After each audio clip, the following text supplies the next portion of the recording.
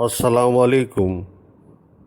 یہ مضمون جنگ میگزین ڈیسک سے ماخوذ ہے جو علی بن اعجاز صاحب نے تحریر کیا ہے۔ موضوع ہے پاور ہاؤس چورنگی۔ اگر آپ کراچی میں رہتے ہیں یا کبھی کراچی آنا ہوا ہو تو دنیا کی مایہ ناز اور واحد ناگن چورنگی سے ضرور گزرے ہوں گے یا پھر نام ضرور سنا ہوگا۔ اس مایہ ناز چورنگی سے یو پی موڑ کی طرف سفر کریں تو ایک اگلی چورنگی پاور ہاؤس چورنگی آتی ہے، اور یہ چورنگی ایک عظیم چورنگی ہے۔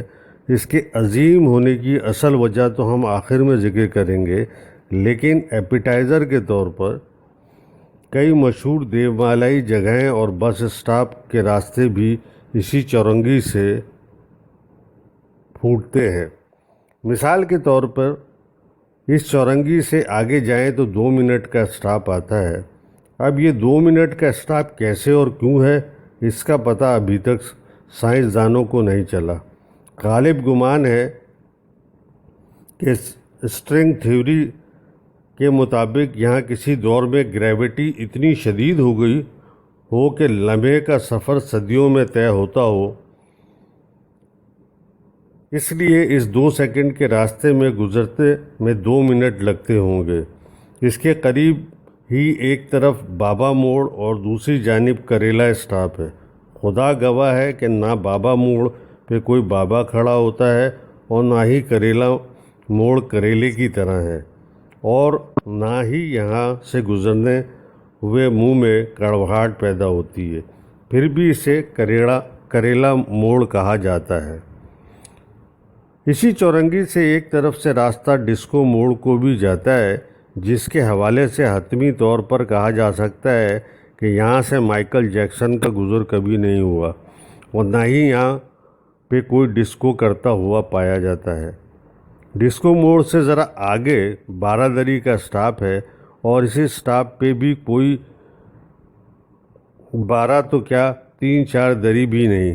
آخری اطلاعات کے مطابق یہاں کسی کیٹرنگ والے کی کچھ دریاں گر گئی تھی اور کوئی انہیں اٹھا کے لے گیا تھا۔ FIR میں دریوں کی تعداد 12 درج کرائی گئی تھی، اسی لیے یہ 12 دری کا اسٹاپ کہلاتا ہے۔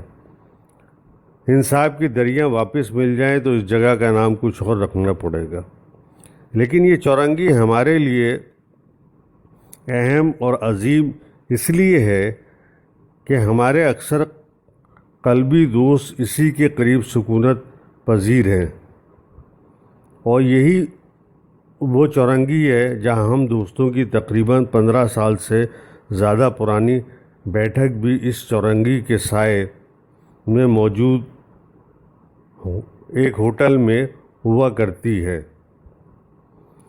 جو کہ ہمارے کسی طور پر پارک ٹی ہاؤس سے کم نہیں۔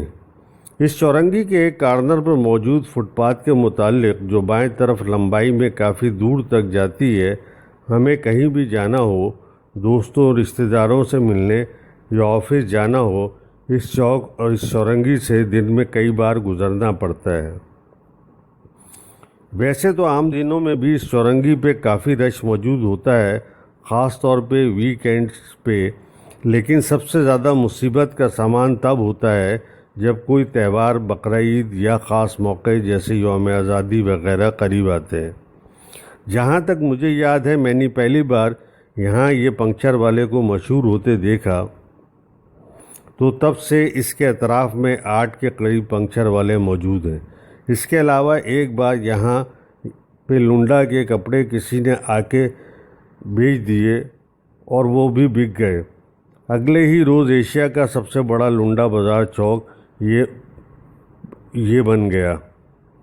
ایک مرتبہ کسی غریب نے حلیم کا ٹھیلا لگایا، کچھ گاڑیوں نے رک کر خریدا، ٹریفک جام ہوا، اور 2 دن بعد 10 سے زائد اقسام کی حلیم اس اکیلے چوک پر دستیاب تھی۔ یہاں یہ ہمہ وقت 20 سے 30 مالیشیے رنگ برنگی بوتلیں جھنجھناتے ہوئے تھکی ہوئی روحوں کی توجہ اپنی جانب مبذول کروا رہے ہوتے ہیں۔ یہ کچھ مستقل کاروبار ہیں جو پورا سال یہاں پہ پھل دے رہے ہوتے ہیں۔ اب بات کرتے ہیں کچھ موسمیاتی کاروبار کی جو یہاں پہ کچھ عرصے کے لیے کھلے ہیں اور ٹریفک کو مکمل بند کر دیتے ہیں۔ ابھی بقرعید گزری ہے تو اس چوک کے ایک جانب ان افراد کی جھگیاں عارضی وقت کے لیے تعمیر ہو گئی جو اندرون ملک کے دیہاتوں سے گوشت جمع کرنے آتے ہیں۔ اس کے ساتھ ہی اس چوک پہ کھال اور چربی خریدنے والے برجمان ہو جاتے ہیں۔ آپ کو یہاں سے گزرتے ہوئے یا تو قربانی کی کھال یہاں جمع کر کے گزرنا پڑتا ہے یا پھر اپنی کھال بچا کر۔ اس کے ساتھ ہی علائشوں کا جمع غفیر بھی یہاں پہ دن بدن بڑھتا رہتا ہے اور فضاؤں کو معطر بھی کرتا رہتا ہے۔ اس گندگی کو اٹھانے کا اصل مقابلہ KMC اور چیل کووں کے درمیان ہوتا ہے اور یہ مقابلہ ہمیشہ ثانی الذکر جیت جاتے ہیں۔ جب جشن آزادی قریب آتا ہے تو آپ کو اس چوک پہ ہریالی کے سوا کچھ دکھائی نہیں دے گا۔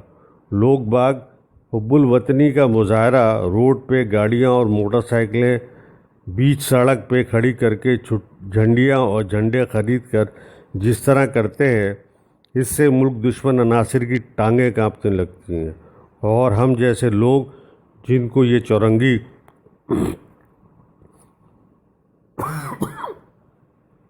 کرنی ہوتی ہے تو بریک اور کلچ پہ پاؤں رکھے کچھ دیر بعد ہماری بھی ٹانگیں کانپنا شروع ہو جاتی ہیں۔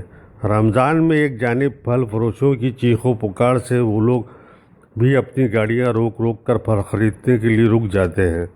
کئی لوگ تو صرف اس لیے رکتے ہیں کہ تربوز کٹتے ہوئے دیکھ سکیں۔ کافی منتوں مرادوں کے بعد کسی کا تربوز اندر سے لال نکل آئے تو ہر طرف مبارکباد کی صدائیں گونجتی ہیں۔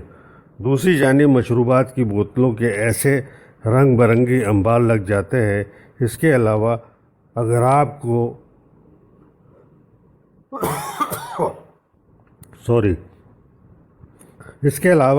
کو رات کے 3 یا 4 بجے پھل خریدنے ہوں، چائے پراٹھا کھانے کا جی چاہ رہا ہو، یا آپ کو گاڑی میں پیٹرول ختم ہو گیا ہو، یہاں پر یہ سب رات بھر دستیاب ہوتا ہے۔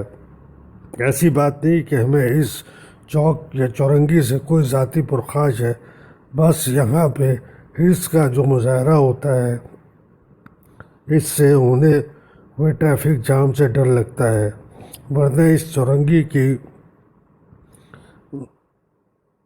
کیا بات ہے۔